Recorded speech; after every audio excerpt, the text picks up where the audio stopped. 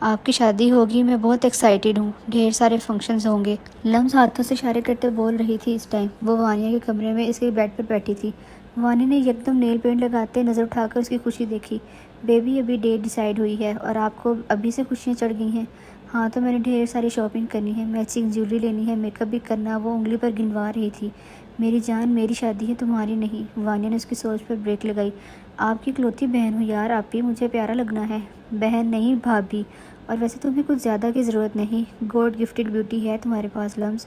وانیہ نے nail paint بند کر کے رکھی تھی۔ اچھا آپ کو شرم نہیں آ رہی؟ میرا مطلب آپ شرما کیوں نہیں رہی؟ دلہن تو شرماتی ہے، لمز نے شکل دیکھتے نیا سوال پوچھا۔ میں کیوں شرماؤں ابھی سے؟ تمہارے حساب سے لمز میں مہینہ پہلے ہی گھونگھٹ اوڑھ کے بیٹھ جاؤں اور شرماؤں؟ وانیہ حیران تھی، کبھی کبھی وہ اس کے ان عجیب سوالوں سے صدمے میں جاتی تھی، اس لیے اسے بیبی کہتی تھی۔ نیوز دیکھو۔ مراد کا ٹیکسٹ دیکھتے وہ فون کی طرف متوجہ ہوا۔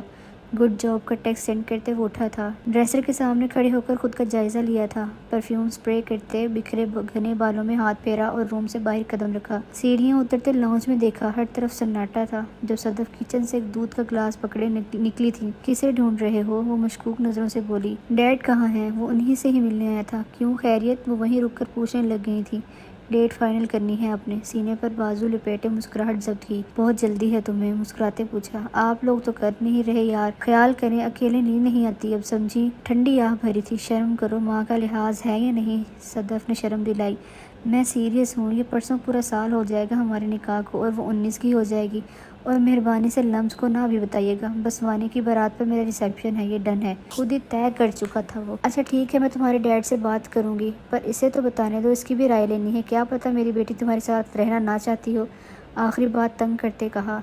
دیکھ لوں گا آپ کی بیٹی کو بھی، آپ بس تیاری پکڑیں اسے میرے روم میں بھیجنے کی، باقی کام میرا۔ ہونٹ مسکرائے تھے۔ چلیں آپ جائیں، شاہ صاحب آپ کا ویٹ کر رہے ہوں گے، میں ان سے صبح مل لوں گا، جانتا تھا وہ ناراض ہیں۔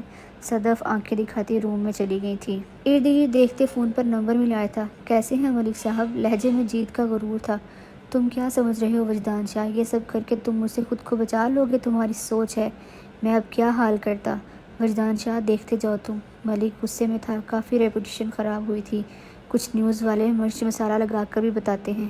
تم مجھ پر کیس کرنا چاہتے تھے، میرے باپ کو دھمکی دی۔ میری تم سے ذاتی دشمنی نہیں تھی، مگر جو میری فیملی کے بارے میں کچھ بھی کہے نا، وہ میرے ٹارگٹ لسٹ میں آ جاتا ہے، وجدان نے غصے سے کہا تھا۔ تم بس دیکھو وجدان، تمہاری دکھتی رگ سے واقف ہوں میں، ایک موقع ملا تو شکار میرا۔ ملک نے اس کا حوالہ دے کر اسے تپایا تھا۔ شٹ اپ ملک، اس تک پہنچنا تو دور، سوچ میں بھی نہ لانا، ورنہ اب تو جان سے جائے گا۔ بولتے ہی غصے سے فون کاٹا تھا۔ کم ڈاؤن وجدان۔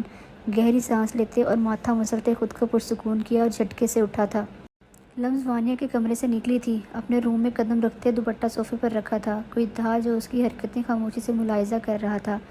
پہلے چینج کر لیتی ہوں۔ کبرڈ کھولی کہ سارے کپڑوں کا ڈھیر اس پر گرا، جو وہ ایسے ہی رکھ دیتی تھی، صرف کبرڈ کی ایک سائڈ درست حالت میں تھی۔ وجدان کا سارا غصہ اڑن چھو، جو 2 منٹ پہلے ملک نے دماغ خراب کیا تھا جب اس کے بیڈ پر لیٹے مزے سے ٹیک لگائے تھا۔ یہ مصیبت، کپڑوں کا ڈھیر اٹھاتے پھر سے ویسے ہی رکھے۔ لمز بیبی مصیبتوں میں، وجدان نے زیر لب کہا۔ آپ یہاں؟ جیسے ہی وہ پلٹی وہ زوردار چیخ ماری تھی۔ وجدان نے کان میں انگلی ماری، کبھی ہاتھ دیکھ رہی تھی، کبھی اسے جس میں اپنی پرسنل چیزیں پکڑی تھی، جسے فوری کمر کے پیچھے کیا۔ میری آنکھیں بند ہیں، رکھ لو تم، اس کے ایکسپریشن سے محظوظ ہوتے کہا۔ شرمندگی سے فوری کبرڈ میں رکھی تھی۔ آپ کو مینرز تو نہیں ہیں، کسی لڑکی کے روم میں ایسے نہیں آتے۔ لمز کا شرم سے برا حال تھا۔ مینرز کا لڑکی کے روم میں جاتے ہوئے خیال کروں گا، پر بیوی کے روم میں امید بھی نہ رکھنا۔ ٹیک چھوڑ کر بیٹھا تھا وہ وہیں فریز ہو گئی تھی۔ بیڈ پر آؤ لمز۔ نہیں، میرے روم سے جائیں آپ، آئندہ لاک کروں گی میں، انگلی دکھاتے وارننگ دی تھی۔ آ رہی ہو یا اٹھا کر لاؤں؟ نو نہیں، اینڈ نیور، مجھے نہیں آنا، آپ جائیں، ورنہ میں اونچا اونچا رو رو کر مما، ڈیڈ اور وانی آپی کو بلاؤں گی۔ ہر طرح سے وہیں کھڑے رہ کر انکار کرتے ڈرایا۔ اس کے اپنی طرف بڑھتے قدموں سے خوفزدہ تھی وہ۔ چھوڑیں مجھے، جسے اپنی گود میں اٹھایا تھا۔ اپنی حالت دیکھی دوپٹے کے بغیر تھی، وہ براؤن شرٹ کے گہرے گلے سے شرمندہ ہوئی تھی۔ سویٹ ہارٹ، نظریں نہیں چرایا کرو، پیار آتا ہے تم پر۔ بیڈ پر لٹاتے اس کی پشت اپنے ساتھ لگائی تھی۔ اس لڑکی نے مجھے بے شرم کہا تھا۔ آپ میرے پاس نہیں آیا کریں۔ لمز کو واقعہ یاد آیا اور لہجے میں تلخی آئی۔ اسے سبق سکھا دیا تھا، اور تمہارے پاس آنے کے لیے مجھے کسی کی پرمیشن کی ضرورت تو نہیں۔ نظریں تو اس کے خوبصورت وجود پر مرکوز تھیں۔ اس نے کہا، آپ آوارہ ہیں، پتہ نہیں کتنی لڑکیوں اور میرے ساتھ۔ وہ اس پوائنٹ پر اٹکی تھی۔ اس کو چھوڑو، مجھے فرق نہیں پڑتا، تمہیں میں کیسا لگتا ہوں؟ اس کی گردن پر انگلی پھیرتے پوچھا۔ ڈھیٹ، بے ساختہ کہا۔ کبھی برا کبھی ڈھیٹ، شوہر کے بارے میں رائے چینج بھی کر لیا کرو۔ برا لگا تھا۔ میرے روم میں کیوں آئے ہیں آپ؟ کبھی میں آئی ہوں آپ کے روم میں؟ وہ روحان سی ہوئی تھی۔ تم جہاں بھی ہوگی وہ چیز میری ہوگی، رہی بات میرے روم کی تو وہ ہمارا ہے، اور کچھ دن کا ویٹ کرو بس تم اب۔ 1 انچ کا فاصلہ بھی وہ ختم کر چکا تھا۔ کچھ خاص پلے نہیں پڑا، پر اس کے مزید قریب آنے سے سمٹی تھی۔ اس کا اپنے وجود پر سرایت کرتا ہاتھ لمز نے پکڑا تھا۔ یہ منتھ جانتی ہو کون سا ہے؟ اس کا ہاتھ پکڑنا اچھا لگا تھا، اور شفاف گردن دیکھ کر دل بے قابو ہوا۔ گردن پر اس کی سانسیں اور چبھن محسوس کرتے وہ مٹھی زور سے بند کر چکی تھی۔ بتاؤ، اس کا رخ اپنی طرف کیا۔ وجدان، آپ آدھی رات یہ پوچھنے آئے ہیں؟ رخ اس کی طرف ہوتے اپنا چہرہ اس کے سینے میں چھپایا تھا۔ اس کی خود پر پڑتی نظروں سے خائف تھی وہ، جو اسے دیکھنے میں مصروف تھا۔ اس کا سہارا لے کر خود کو بچایا تھا۔ تم سے سکون چاہیے تھا۔ کچھ ٹائم پہلے بہت ڈسٹرب تھا میں، اب سکون ہے، تم پاس ہو میرے۔ میں پرسکون ہوں، تمہارا تذکرہ مجھے میرے علاوہ کسی سے برداشت نہیں ہوتا، شدت جذبات سے کہتے اس کا چھپا چہرہ اپنے روبرو کیا۔ مجھے نیند آ رہی ہے، پلیز جائیں۔ اس کے جذبات سے بوجھل لہجے سے وہ آنکھیں بند کر چکی تھی۔ اور اگر میں نہ سونے دوں تو؟ ہونٹ کان کے قریب کیے تھے۔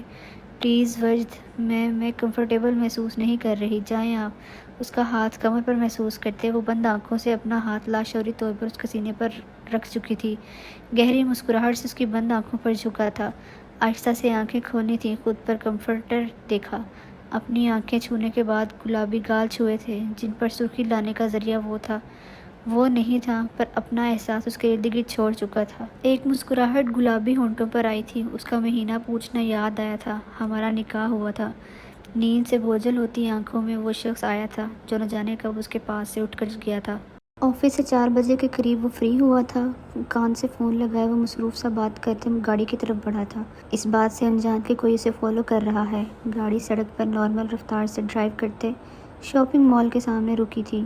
سن گلاسز شرٹ میں اٹکائے تھے۔ پیچھا کرنے والا شخص بھی گاڑی سے اترا تھا۔ سر ابھی مشکل ہے، وہ شاپنگ مال گیا ہے، لیکن اتنا مشکل بھی نہیں ہے، وہ سیکیورٹی کے بغیر ہی ہوتا ہے۔ فون پر دوسری طرف موجود شخص کو آگاہ کیا تھا۔ ٹھیک ہے، کوئی موقع ملتا ہے تو آج ہی کام تمام کرو، نہیں تو ادھوری بات چھوڑتے وہ کاٹ چکا تھا۔ فرسٹ ایکسپیرینس وجدان شاہ۔ چلو مائی لو، آپ کے لیے بھی۔ مسکراتے اس کا خوبصورت چہرہ وجدان کی نظروں کے سامنے آیا تھا۔ شاپنگ مال میں داخل ہوتے اب اس کے قدم لیڈیز کاؤنٹر کی طرف تھے۔ کافی محنت اور انتھک کوشش کے بعد اس کے لیے کچھ پسند آیا تھا۔ واپس گاڑی میں بیٹھتے اب ایک famous cake and bakes shop پر گیا تھا۔ کچھ مزید چیزیں خریدتے اس کا فیورٹ کیک آرڈر دیا تھا۔ شاہ، سب ٹھیک ہے؟ صدف نے مشکوک نظروں سے پوچھا تھا۔ کس بارے میں؟ آپ کے اور وجدان کے درمیان صبح ناشتے کی ٹیبل پر بھی آپ کا رویہ کھینچا سا تھا۔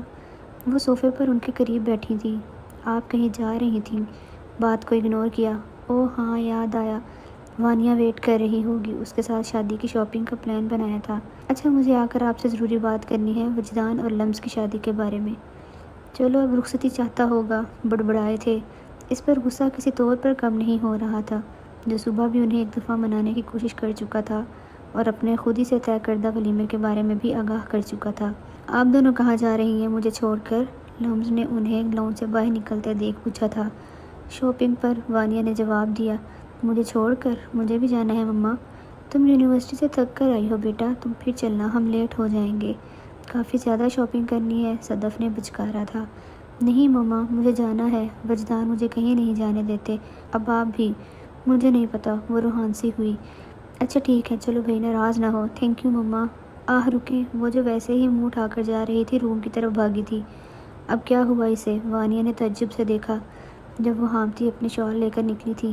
چلیں، شکر ہے یاد آ گیا، وجدان کی وارننگ یاد آئی تھی۔ ڈرائیور کے ساتھ ان کا رخ اب شاپنگ مال کی طرف تھا۔ وانیہ کی شادی کی شاپنگ کے بعد لمز کے لیے بھی وہ کچھ ہیوی ڈریسز دیکھ رہی تھیں۔ مما آپ لوگ دیکھیں، میں وہ سامنے شاپ سے کچھ لوں۔ وانیہ بولتے گارمنٹس کی شاپ سے گفٹ شاپ کی طرف گئی۔ ارادہ لمز کے لیے کچھ خریدنے کا تھا۔ لمز یہ دیکھو، تم بھی پسند کر لو کوئی ڈریس، ہیوی ڈریسز دکھاتے صدف نے اس سے بھی رائے لی تھی۔ آپ سلیکٹ کر دینا مما، مجھے نہیں اندازہ، وہ پیار سے بولی۔ صدف مسکراتے خود ہی اس کے لیے سلیکٹ کرنے لگی۔ کیا ہوا ہے؟ گاڑی رکتے دیکھ غصے سے پوچھا تھا۔ ملک صاحب، لگتا ہے کچھ پرابلم ہو گئی ہے۔ ڈرائیور ملک کے بگڑے تیوروں سے خوفزدہ ہوتے فوری بولا۔ میں چیک کرتا ہوں۔ وہ اترا تھا۔ انجن کافی گرم ہو گیا ہے ملک صاحب۔ میں پانی کی بوتل قریب سے لے کر آیا۔ گاڑی کے شیشے سے اندر جھانکتے بتایا تھا۔ جب ملک سگار کا دھواں اڑانے میں مصروف تھا، نظر یکدم بھٹکی تھی۔ شیشہ نیچے کیا تھا۔ فوڈ کورٹ کی تیز روشنی میں وہ چہرے غور کر رہا تھا۔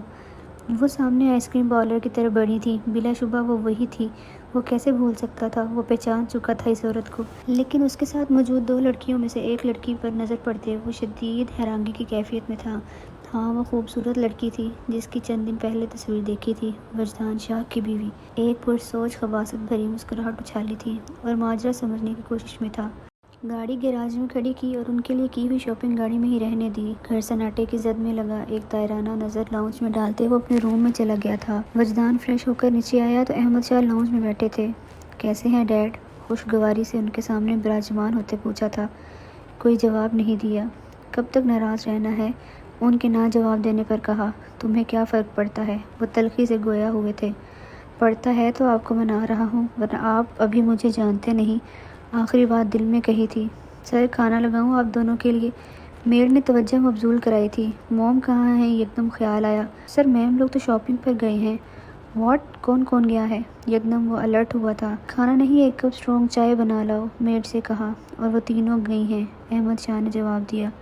فون کیوں نہیں اٹھا رہی ہیں؟ کیا پرابلم ہے تمہیں؟ آ جائیں گی۔ اور تمہاری ماں کا فون روم میں ہے، اس کی بے چینی میں دیکھتے جواب دیا۔ مما اور وانی آپی، کل کیا دن ہے؟ آئس کریم کھاتے پوچھا۔ ٹیوزڈے، صدف نے آرام سے جواب دیا۔ نہیں کچھ خاص، مطلب کچھ ہوتا ہے اس دن، آپ کو یاد نہیں؟ وہ نکاح تو نہیں پر اپنی برتھ ڈے ضرور یاد کروانا چاہ رہی تھی۔ کیا مطلب لمز؟ ہر ویک میں ایک ٹیوزڈے ہوتا ہے، اس میں خاص کیا؟ وانیہ نے اس کے معصوم ایکسپریشن دیکھ کر مسکراہٹ ضبط کی تھی۔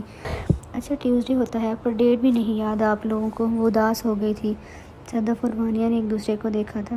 آج کتنے عرصے بعد باہر آتے فضا میں سکون محسوس ہوا ہے آپی، آپ کے بھائی کی غیر موجودگی میں۔ وانیہ نے آنکھیں دکھائیں۔ آئس کریم کھانے کے بعد وانیہ اور لمز جو باتیں کرتے گاڑی کی طرف بڑھ رہی تھیں۔ آپ کا فون؟ لمز رنگ ٹون سے متوجہ ہوتی وانی سے کہا۔ اپنا تو وہ لائی نہیں تھی۔ بھائی کالنگ جگمگاتے دیکھ ریسیو کیا۔ جی بھائی، کہاں ہو تم لوگ؟ وجدان نے بے سکونی کی حالت میں پوچھا۔ گھر واپس آ رہے ہیں، کہیں رکنے کی ضرورت نہیں، جلدی گھر ہی واپس آؤ اور ڈرائیور کو فون دو۔ جی بھائی۔ ڈرائیور کو فون دیا جو اسے پتہ نہیں کیا کیا ہدایات دے رہا تھا۔ مما، وجدان سے بچا لینا مجھے، گاڑی سے اترتے لمز نے آہستہ سے صدف کو مخاطب کیا تھا۔ کچھ نہیں کہے گا، میرے ساتھ تھی تم، صدف نے اس کے ڈرنے پر کہا۔ وجدان کو لاؤنج میں ٹہلتے دیکھا، جو لمز کو کھا جانے والی نظروں سے دیکھ رہا تھا۔ فوری صدف کے پیچھے ہوئی تھی۔ کیا پرابلم ہے تمہیں؟ میرے ساتھ تھی وہ، صدف نے اسے سامنے کرتے کہا۔ بھائی، آپ کو پتہ ہے راستے میں کتنی برائیاں کی ہیں آپ کی بیوی نے آپ کی؟ وانیہ نے ڈرائیور کے ساتھ شاپنگ بیگز لاؤنج میں صوفے پر رکھتے کہا۔ نہیں وجدان، وانیہ آپی جھوٹ بول رہی ہیں، میں نے تعریف کی تھی آپ تو بہت اچھے ہیں۔ فوری سامنے آتے ڈرتے مسکے لگائے تاکہ وہ اسے نہ ڈانٹے۔ وجدان نہ چاہتے ہوئے بھی اس کے جھوٹ اور خوف پر مسکرایا تھا۔ آف وائٹ پرنٹڈ شال کو کندھوں پر پھیلائے سادے سے چہرے کے ساتھ وہ اس کے دل میں اتر رہی تھی۔ مما خیال رکھا کریں یار، آپ لوگ اکیلی گئی تھیں، گارڈ بھی نہیں تھا، یا میرا ویٹ کر لیتے، میں ساتھ چلتا۔ وہ پریشان تھا ابھی ملک کی طرف سے۔ اچھا بس کرو، اب سی آئی ڈی کی طرح تفتیش نہ شروع کر دو۔ وہ یکدم گڑبڑایا۔ ابھی تو ان کو نہیں بتایا تھا، پتہ نہیں ان کا کیا ری ایکشن ہونے والا تھا۔ ان نون نمبر دیکھتے مریم کے لیپ ٹاپ کی کی بورڈ پر چلتی انگلیاں پل بھر کے لیے رکی تھیں۔ شدید الجھن ہوئی تھی مصروفیت میں بار بار بجتی فون کی رنگ سے۔ کون ہے؟ کیا تکلیف ہے؟ بندہ نہیں اٹھا رہا تو سکون کیوں نہیں ہے؟ اٹھاتے ہی پھاڑ کھانے والا لہجہ، اف یہ ادا۔ دوسری طرف بندہ فدا ہوا تھا۔ کون ہے؟ نہیں بولنا تو رکھ دوں میں؟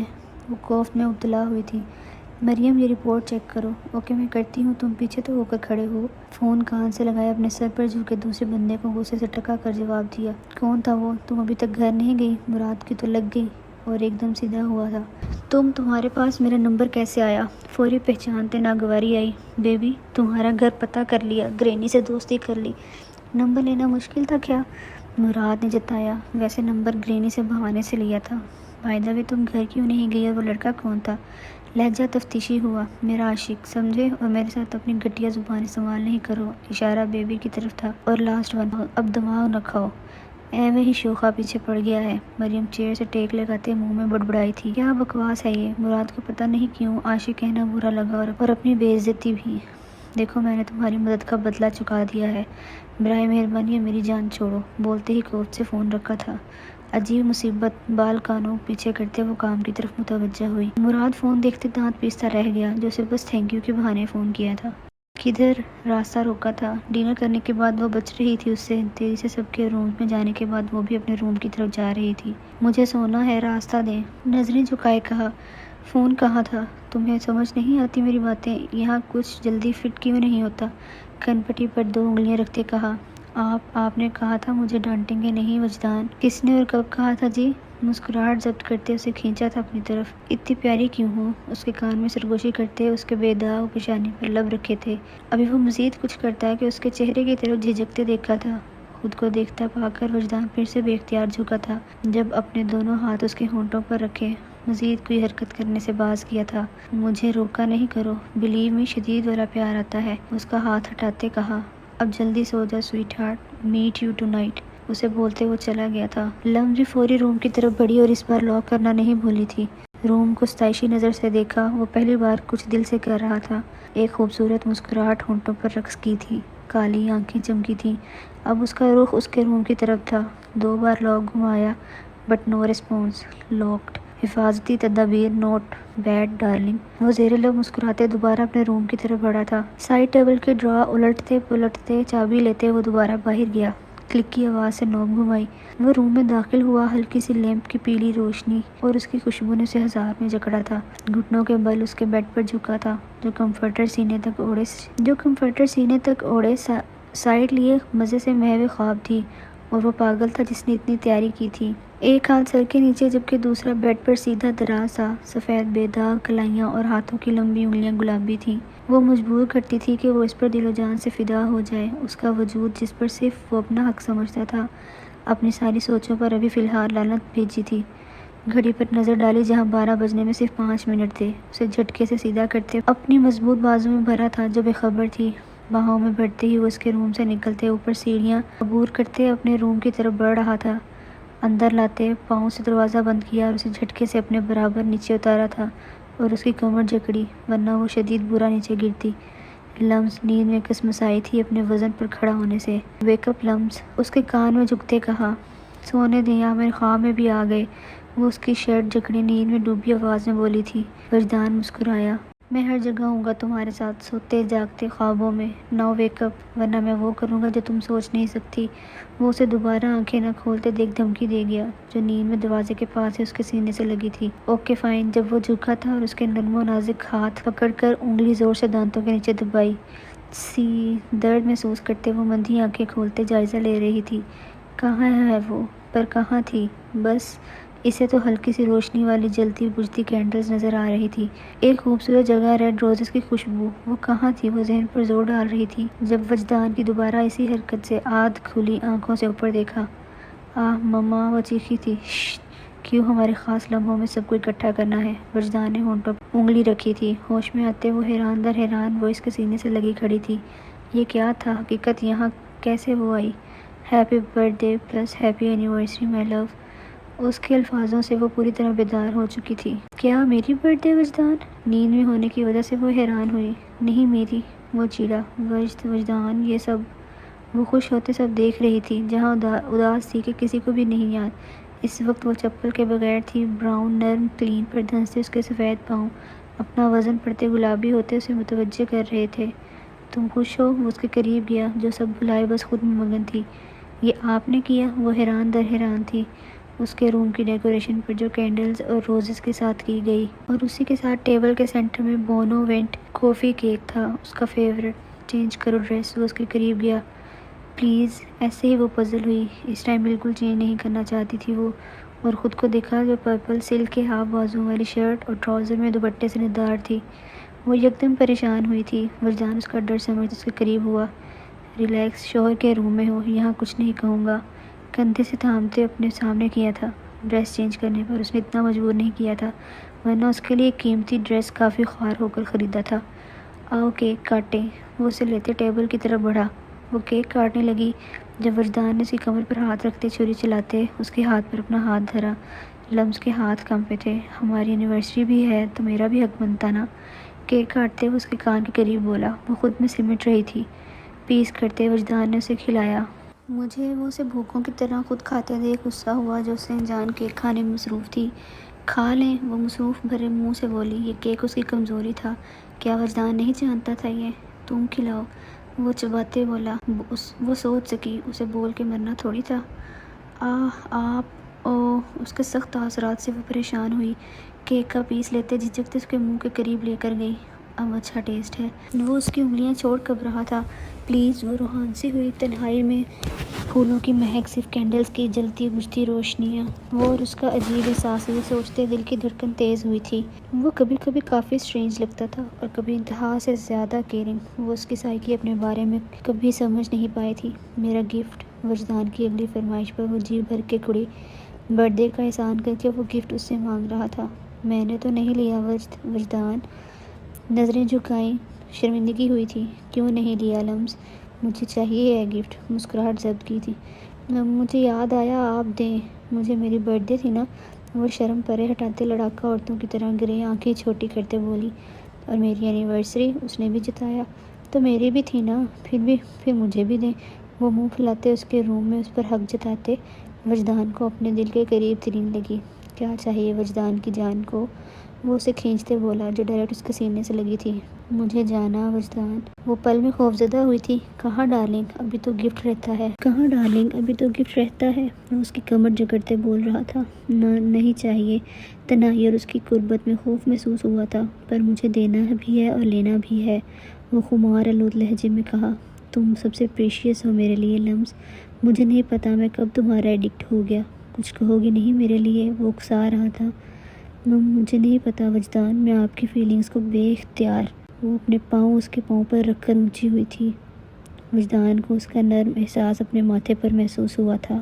باقی لفظ وہ بول ہی نہیں پا رہی تھی۔ میری زندگی کا سب سے پیارا گفٹ اب یہاں بھی چاہیے۔ مسکراتے اپنے گالوں کی طرف بھی اشارہ کیا تھا۔ نہیں انکار کرتے۔ اپنا چہرہ فوری اس کے سینے میں چھپایا تھا۔ لمس کو اس کے ہونٹ کان سے ہوتے کندھے پر محسوس ہوئے تھے۔ اس کی حرکت سے اب بس وہ اس کے سہارے کھڑی تھی۔ کبھی تو اظہار کر دو، شدت سے انتظار ہے مجھے۔ وجدان پیچھے ہوا تھا۔ اس کے قریب ہوتے اپنے ٹراؤزر کی پاکٹ سے رنگ لیتے وہ جھکا۔ مجھے یہی تمہارے لیے پسند آئی تھی۔ ول یو میری می؟ شرارتی نظروں اور انداز سے پوچھا۔ سے یس۔ اسے چپ دیکھ کر اس کے ہاتھ پر زور دیا جو اس مغرور شہزادے کے پل پل بدلتے انوکھے رویوں سے حیران تھی۔ کیا تھا وہ شخص؟ رب سے حلیے میں وہ اس کا دل دھڑکا چکا تھا۔ لمس نے ہلکا سا مسکراتے سر ہاں میں ہلایا۔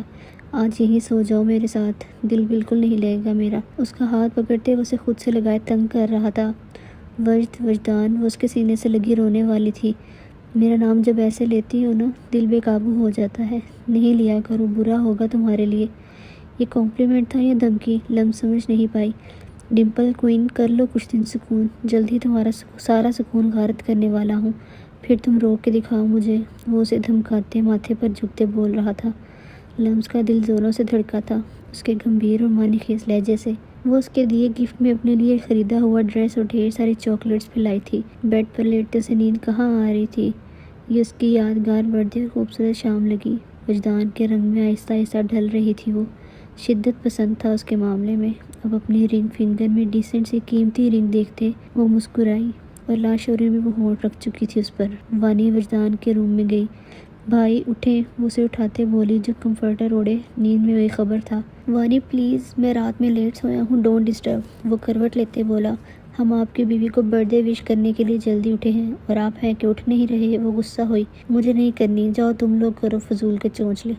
نیند میں بھی اس کی آواز سخت تھی۔ وہ اس کے ساتھ ٹائم گزارتے رات 2 بجے کے قریب سویا تھا اور اب کم از کم اس کا ایسا کوئی بھی ارادہ نہیں تھا۔ وانی حیران ہوتے باہر نکلی کیونکہ وہ کسی صورت بھی نہیں اٹھنے والا تھا جب اس کی نظر روم میں ایک سائڈ پر سمیٹے ہوئے روزز اور کینڈلز پر پڑی۔ اچھا بچوں، کتنے چلاک ہیں آپ، وہ سب سمجھتے مسکراتے باہر نکلی۔ کیک ٹرالی میں سجایا اور پیاری سی ڈیکوریشن کیے وہ تینوں اس کے روم کی طرف بڑھے تھے۔ Happy birthday my cute girl, Sadaf اس کے ساتھ بیڈ پر بیٹھتے ماتھے پر بوسہ دیتے بولی۔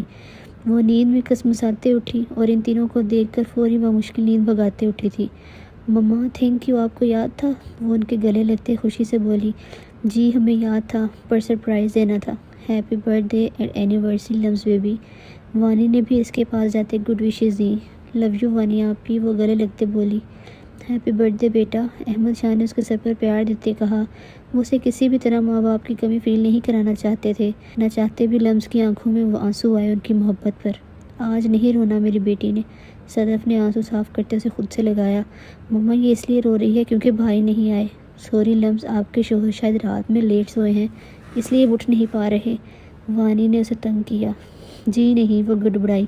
وانی نہ تنگ کرو، چلو بیٹا کیک کاٹو. احمد نے اسے کیک کی طرف متوجہ کیا. ویسے لمس سب سے پہلے ہم نے وش کیا نا؟ وانی نے کیک کھلاتے شرارتی نظروں سے پوچھا تھا، جیسے وہ جانتی ہو.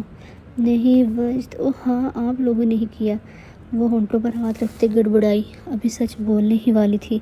میرے کان میں بتا دو کیسے وش کیا تھا بھائی نے. وہ اس کے قریب ہوتے پھر سے تنگ کرتے بولی تھی. آپ بھی. وہ رہانسی ہوئی. وجدان کی رات کی حرکتیں سوچتے وہ شرم سے لال ہوئی تھی. ہائے میرا گلاب، وہ اسے خود سے لگاتے پیار سے بولی. وہ شرمندہ ہوتے مسکرائی. سب نے اسے گفٹ دیے تھے جسے وہ خوش دلی سے لے رہی تھی، پر سب سے خاص وہ رنگ تھی جو اس نے دی تھی. تمہیں جو کام کہا اگلے 15 منٹ میں اس کی تفصیل چاہیے. سوشل میڈیا چیک کرو، ضرور کوئی سراغ ملے گا. جی ملک صاحب. کچھ ٹائم اس بندے کا میسج موصول ہوا. ملک کے چہرے پر شاطرانہ مسکراہٹ تھی. آپ کا کام ہو گیا ہے. پکچر سینڈ کی تھی جس میں 3 لوگ تھے.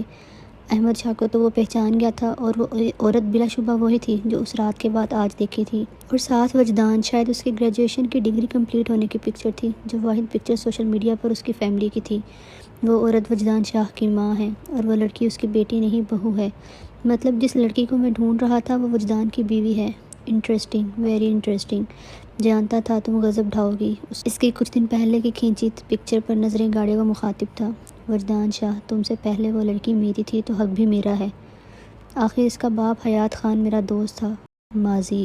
ملک اور لمس کے والد میں کالج کا زمانہ کسے گہری دوستی تھی. ملک الٹے سیدھے کاموں میں ملوث تھا. کالج میں غیر قانونی کاموں میں ایک بار اس کا نام انتظامیہ تک پہنچ چکا تھا اور ملک کو کالج سے اسٹرک آف کر دیا تھا. لیکن حیات خان جو اپنے آبائی گاؤں گئے تھے وہ اس بات سے انجان تھے، اور وہاں ہی ان کی ملاقات لمس کی والدہ سے ہوئی تھی جو اپنی کسی خالہ کی طرف آئی تھی. دونوں کی سرسری ملاقات گاؤں کے کسی باغ میں ہوئی تھی. زری، گاؤں کتنا پیارا ہوتا ہے، ایک پیسفل انوائرمنٹ. سیلا خوشی سے بتا رہی تھی. وہ آم کے درخت ہے نا؟ ہاں. وہ سیلا کو حیران ہوتے دیکھ مسکراتے بتا رہی تھی. وہ چلتے چلتے ان سے علیحدہ ہو گئی تھی اور باغ کی سمت چل دی جہاں اسے آم کے درخت نظر آ رہے تھے. اب وہ اس باغ کی حدود میں داخل ہو چکی تھی. واو، آج میں خود اپنے ہاتھوں سے آم توڑوں گی، وہ خوش ہوتے بولی. زری، سیلا کہاں ہے؟ امی یہی تھی. وہ دونوں پریشان ہو چکی تھی لیکن سیلا انہیں نظر نہیں آئی. وہیں رک جاؤ، ہلنا بھی مت چورنی. سیلا کی آنکھیں خوف سے کھل گئی تھیں جو آم توڑنے کے چکر میں اچھل رہی تھی. دیکھیں میں چور نہیں، وہ خوفزدہ ہوتے بولی. تو پھر کون ہو؟ حیات نے مسکراتے اس کے خوف سے پڑتے سفید چہرے کو دیکھتے کہا تھا جو ان کے باغ میں کھڑی تھی. میں یہ آم توڑنے آئی تھی، پلیز مجھے لینے دیں. میں بس ایک لوں گی بھائی اور چلی جاؤں گی. سیلا نے معصومیت سے کہا. بھائی؟ واہ، اس معصومیت پر کون قربان نہ جائے. سامنے کھڑی 15 سال کی لڑکی کو دیکھتے کہا جو بلیک شلوار قمیض پر ریڈ دوپٹہ سر پر اوڑھے اپنے لہجے اور چہرے سے معصومیت کے ریکارڈ توڑ رہی تھی. کیا سوچ رہے ہیں بھائی؟ آپ یہ پیسے لے لیں پر مجھے ہاتھ سے توڑنا ہے آم، پلیز. سوچ میں ڈوبے دیکھ گرے آنکھوں والے لڑکے سے کہا جو اس کے پورے چہرے میں سے اسے اٹریکٹ کر رہی تھی. ایک شرط پر. پہلے مجھے بھائی کہنا بند کرو اور بتاؤ کہاں سے ہو تم. وہ اب قریب آیا تھا. اوکے، میں آپ کو بھائی نہیں کہوں گی پر مجھے توڑنے دے نا پلیز. حیات حیران ہوا. وہ تو ایک ہی رٹ لگائے تھی. توڑو اسے او فردی. جب وہ پھر سے اچھلنے کا کام جاری کر رہی تھی جسے دیکھتے ہنسی آئی. رکو میں توڑ دیتا ہوں. پھر خود توڑ کر دیا. اوئے تھینک یو تو بولو. وہ جو آم لیتے خوشی سے جا رہی تھی اس کے راستے میں حائل ہوئے. تھینک یو بھائی، کھلکھلاتے کہتے وہ بھاگی. جب وہ اس کے پیچھے ہوئے تھے.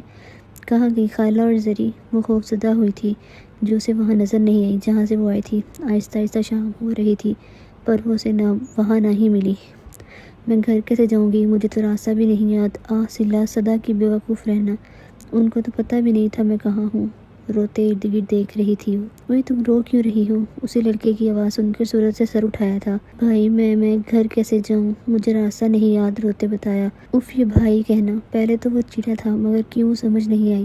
سیلا تم پاگل، کہاں تھی؟ کتنا ڈھونڈا تمہیں. زری کی آواز سن کر جس میں جان آئی. زری، وہ اس کے گلے لگے رو رہی تھی اور اس چکر میں ہاتھ میں پکڑے آم بھی پھینک چکی تھی. چلو گھر. اسے ساتھ لے کر وہ جا چکی تھی، مگر وہ حسین نوجوان تو اس کی معصومیت کے سحر میں تھا، اور یہاں ہوئی تھی ان کی پہلی ملاقات جو ان کو اپنے سحر میں مبتلا کر چکی تھی۔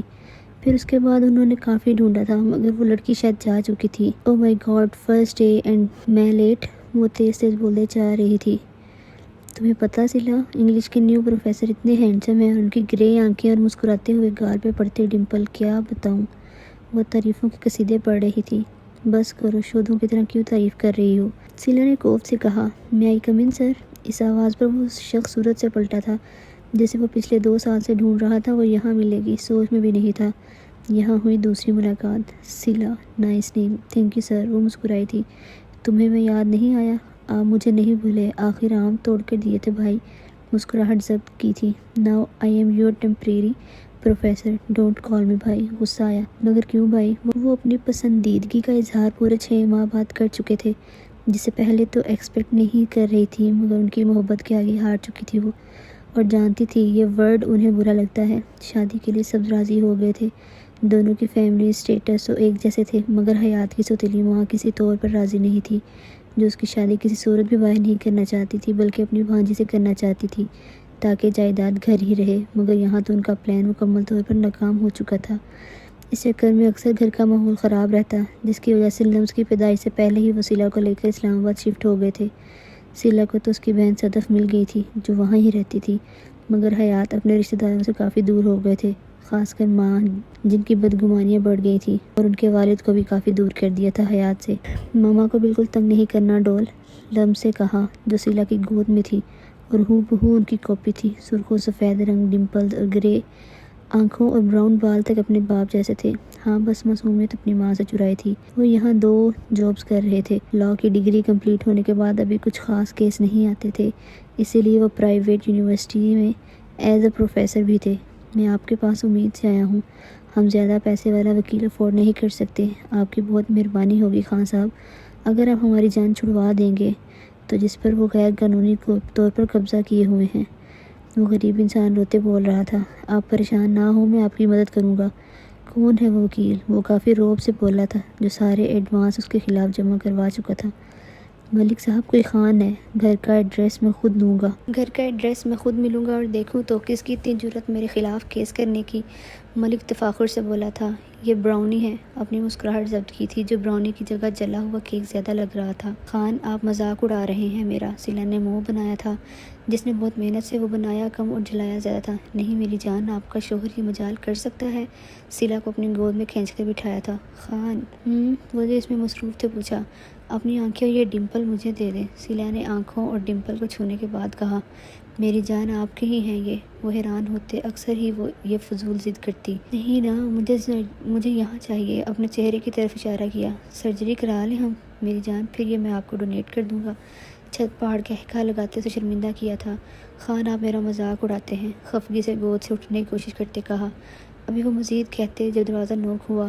اوہ ہو، اب اس ٹائم کون ڈسٹرب کرنے آ گیا؟ بدمزہ ہوتے کہا۔ خان کی معصوم جان، یہیں رہو، باقی رومانس ٹو بی کنٹینیو۔ سرخ گال چومتے وہ جا چکے تھے، جبکہ وہ ابھی بھی ان کے محبت کے سحر میں تھی، اور لمس کے پاس چلی گئیں جو نیند میں تھی۔ حیات، تم دونوں شوق تھے؟ Rahman, what a pleasant surprise. Khan بھی خوش ہوا تھا پرانے دوست کو دروازے پر دیکھ کر۔ دونوں بغل گیر ہوئے تھے۔ تو تم اس سلسلے میں آئے ہو؟ دیکھو رحمان، وہ غریب لوگ ہیں، میں نے کیس اسٹڈی کیا ہے، اور وہ پراپرٹی اللیگلی طور پر تمہارے پاس ہے، تو تم دوست کے لیے کیس نہیں چھوڑو گے؟ ملک غصے میں آیا تھا۔ دیکھو ملک، تم غلط ہو، سوری، میں کچھ نہیں کر سکتا، صاف منع کیا تھا۔ تم جانتے نہیں ہو مجھے بھی حیات خان، تم پنگا کس سے لے رہے ہو؟ وہ زمین مجھے اشد چاہیے، سمجھے، اور تم باز رہو اس معاملے سے، ورنہ مجبوراً میں ہماری دوستی بھول جاؤں گا۔ تو تم مجھے دھمکی دے رہے ہو؟ ملک رحمان، چاہے تم جتنے بڑے مرضی سیاسی انسان یا گنڈے ہو، مجھے فرق نہیں پڑتا، سمجھے؟ بابا کی جان، ماما کے پاس جاؤ، بابا آ رہے ہیں اندر۔ لمس کو بچکارا تھا۔ ملک کی نظر تو بھٹک کر اس بچی کی طرف جا رہی تھی، جو محض 3 یا 4 سال کی گلابی سی بچی تھی۔ براؤن بال، گرے آنکھیں، نہ جانے کیوں وہ اس کی ہوس میں مبتلا ہو رہا تھا۔ ایک چمک تھی جو اس کا جوان روپ بھی اپنی آنکھوں میں سوچ رہا تھا۔ نو، بابا پاس۔ جب وہ بات کا انکار کرتے خان کی گود میں چڑھ چکی تھی۔ بابا کا پیارا بچہ اس کے گال چومتے گود میں اٹھایا تھا۔ ملک، میرے خیال سے تمہیں جانا چاہیے، کیونکہ میں تمہاری مدد نہیں کرنے والا۔ واضح انکار کرتے وہ اسے باہر کا راستہ دکھا چکے تھے۔ ملک تیش کھاتا رہ گیا اور یہ انکار کسی صورت قبول نہیں تھا۔ دھندلی سی وہ رات یاد آئی تھی جب وہ اس بچی کو وہاں سے لینے گیا تھا، مگر اس سے پہلے وہاں سے کوئی عورت اسے لے گئی تھی، اور وہ عورت وجدان شاہ کی ماں تھی۔ ملک کے اپنے مقاصد ناکام ہو گئے تھے، لیکن وہ نہیں جان پایا تھا وہ اسے کہاں لے گئی ہیں، اور نہ کبھی جان پایا تھا اس کے دماغ میں پلاننگ ضرور چل رہی ہے کوئی۔ ریلنگ سے ٹیک لگاتے سگریٹ کا دھواں اڑاتے پرسوچ کہا۔ مطلب؟ مراد حیران ہوا تھا۔ یار ملک چپ بیٹھنے والا نہیں ہے، اپنی انسلٹ کے بعد کچھ تو کرے گا۔ تم ایم جے کسی طرح پتہ لگواؤ۔ وجدان اگر میں اس رات لمس کو لینے نہ جاتی تو وہاں کوئی تھا جو اس کی طاق میں تھا۔ ایک سیکنڈ میں یہ کیسے بھول گیا؟ وہ لمس کو کیسے جانتا ہے؟ ماں کی باتیں وجدان کے دماغ میں گردش کر رہی تھی۔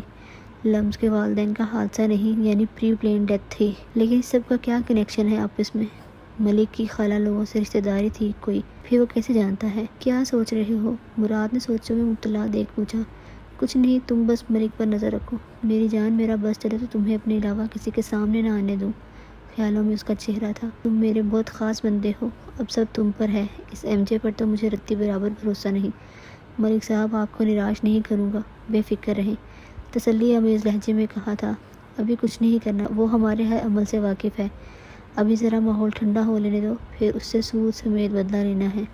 ملک نے طنزیہ کہہ لگایا تھا۔ جی ملک صاحب، جیسے آپ کی مرضی، میں تو آپ کے حکم کا پابند ہوں۔ ملک کی ہاں میں ہاں ملائی تھی۔